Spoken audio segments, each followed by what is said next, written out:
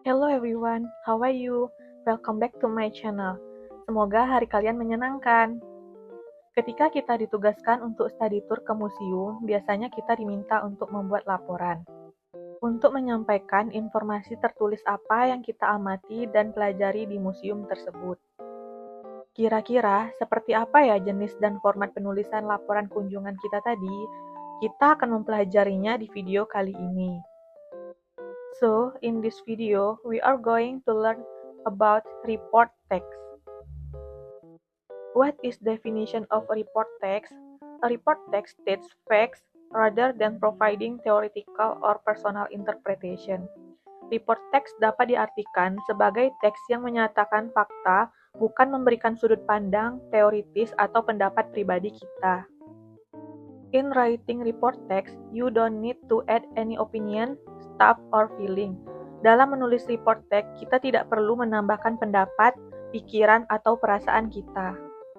Report text describe the way things are with reference man-made, natural, and social phenomena around us. Report text akan menggambarkan cara segala sesuatunya, baik berupa referensi buatan manusia, fenomena alam, atau gejala sosial yang terjadi di sekitar kita. So, report is a text which present information about something as it is. It is as a result of systematic observation and analysis. Jadi, report text adalah salah satu teks dalam bahasa Inggris yang menyajikan informasi tentang suatu hal secara apa adanya, sebagai hasil dari pengamatan dan analisis secara sistematis. How many types of report text? Types of report text are: first is news report, laporan berita, and then information report, laporan informasi. Journal entry, entry jurnal. Timetable, jadwal. Graph or table, grafik atau table. Observation, pengamatan. And commentary, komentar. Do you know what is the purpose of report text? The purpose of this text are: the first is to present information about something generally to readers, memberikan informasi tentang suatu hal yang umum kepada pembaca. And the second is to describe the way things are, menggambarkan cara sesuatu terjadi dengan nyata. There are also kind of report text. First, living thing. Report text about living thing usually focus on subject physical characteristic, habitat, diet, qualities, and behavior. Teks laporan tentang makhluk hidup biasanya berfokus pada karakteristik fisik, habitat, pola makan, kualitas, dan perilaku subjek. Misalnya, cow, animal, or jasmine, plant. Second, non-living things. Report text about non-living things usually focus on two main information: the component of parts and the function or use of the object. Teks laporan tentang benda buatan manusia biasanya berfokus pada dua informasi utama: komponen bagian dan fungsi atau kegunaan benda. Laporan informasi mengenai teknologi, melibatkan klasifikasi dan deskripsi mesin, dan bentuk penemuan yang telah ditemukan manusia. Contohnya, smart TV teknologi. And then, in report text, there are two generic structure. First, general classification, stating classification of general aspect of things, animal, public place, plant, etc., which will be discussed in general.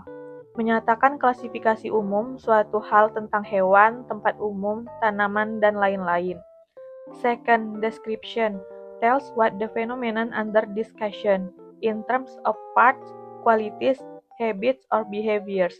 Pada bagian ini, biasanya penulis memberikan gambaran fenomena-fenomena yang terjadi, baik bagian-bagiannya, sifat-sifatnya, kebiasaannya, ataupun tingkah lakunya. Intinya, bagian ini merupakan penjabaran dari klasifikasi yang disajikan secara ilmiah. Report text mempunyai unsur-unsur kebahasaan di dalam teksnya, atau disebut dengan language feature, yaitu start with a general noun, menggunakan kata yang merujuk pada suatu hal secara umum, misalnya lions, birds, jasmine, handphone. The focus on categories of things, menggunakan bahasa yang memperkenalkan objek penelitian secara umum, contohnya cats rather than my cats. and using relative verbs, menggunakan kata penghubung seperti is, am, are, look, seem, taste. And use some passive construction, menggunakan struktur kalimat pasif yaitu to be plus verb 3. Example, pigeons can be found almost in any region in the world. And next, timeless present tense, menggunakan penanda waktu simple present tense. Contohnya, usually, often, always, dan lain sebagainya. Use descriptive but factual language, menggunakan bahasa deskriptif tetapi berdasarkan kenyataan. Contohnya, they consist of 310 species. Some people may also know them as dogs. Use technical terms, menggunakan istilah yang berkaitan dengan topik atau pembahasan report text. Contohnya, jika kita menulis mengenai hewan, maka dalam report text terdapat istilah vertebrata dan intervertebrata atau objek dari hewan itu sendiri. Now, let's see example of report text about living things. Terdapat teks berjudul Jasmine atau bunga melati. Paragraf pertama teks ini membahas tentang bunga melati sebagai tanaman perdu yang terdapat di daerah tropis. Informasi yang disampaikan pada paragraf pertama ini bersifat umum, sehingga generic structure-nya adalah general classification. Paragraf berikutnya menjelaskan tentang bentuk tanaman melati, bunga, daun, siklus hidup, dan metode perkembangannya, sehingga generic structure-nya adalah description. Dan unsur kebahasaan yang terdapat dalam teks Jasmine adalah use general nouns, menggunakan kata benda umum. Example, Jasmine, not my Jasmine. Use of relating verbs, menggunakan kata yang terkait dengan is or are, serta has or have.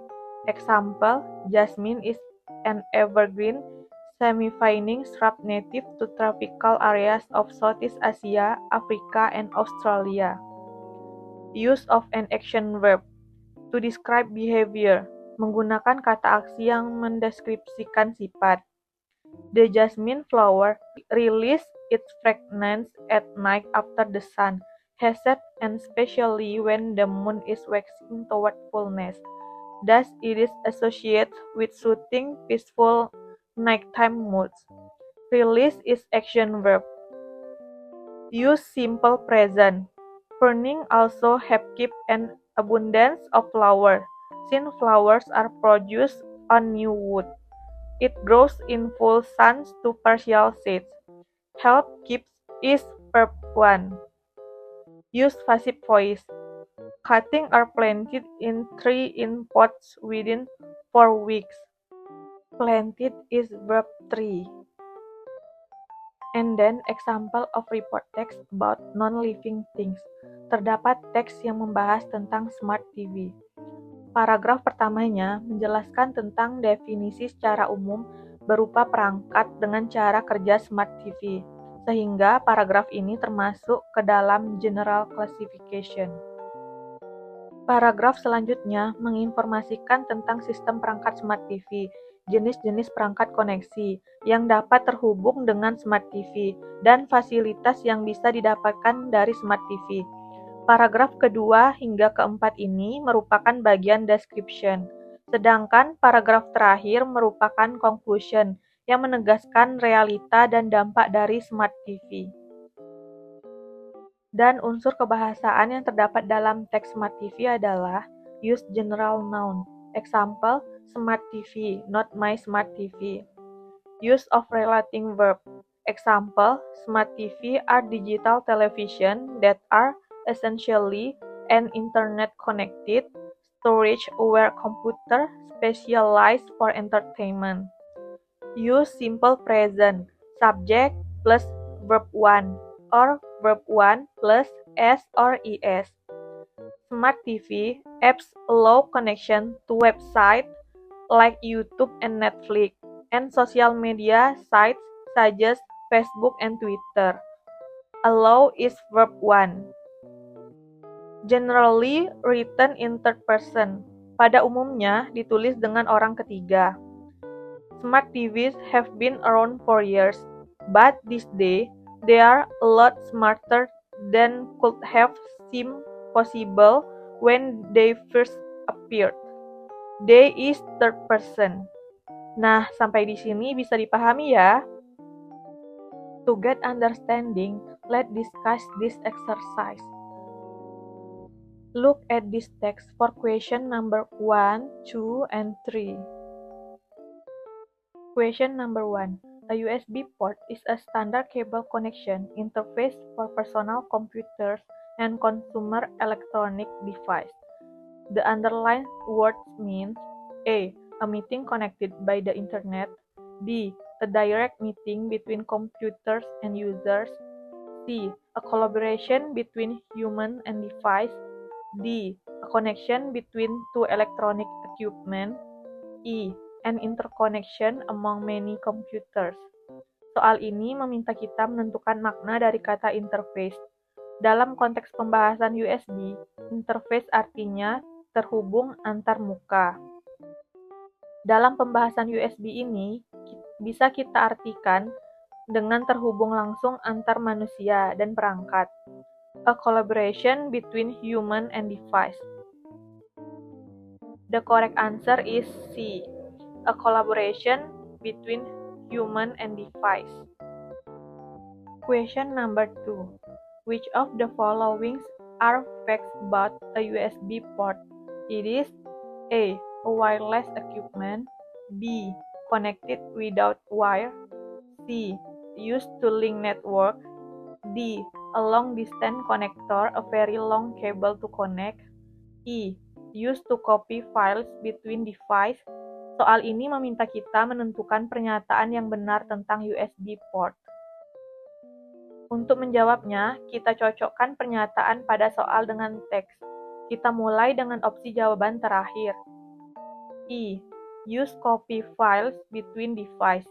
Pernyataan ini bisa kita temukan di paragraf terakhir teks yang menyebutkan for computer to computer. File transfer without a network. USB drives are all sometimes used between devices. So, the best answer is E. Used to copy file between devices. Soal nomor 3 meminta kita memasangkan objek di sebelah kiri dengan faktanya di kolom sebelah kanan. Cara mudah untuk mencocokkan kolom ini adalah kita mulai dari opsi yang kita tahu terlebih dahulu. Misalnya, kita familiar dengan opsi printer sebagai mesin perangkat keras yang dapat menghasilkan data berupa grafik atau teks dalam bentuk cetakan. Jadi, nomor 1 pasangannya adalah D. Berikutnya, nomor 2, internet. Kita tahu jaringan internet dapat terkoneksi dengan kabel TV, DSL, atau digital subscriber line, fiber optic, and dial-up. Jadi, nomor 2 pasangannya adalah B. Dan terakhir, modem. Sebagai perangkat yang dapat menghubungkan komputer kita dengan internet. Nomor 3 pasangannya adalah A. Look at this text for question number 4 and 5. Question number 4. Red fox have a legendary reputation because of their A. Reptiles.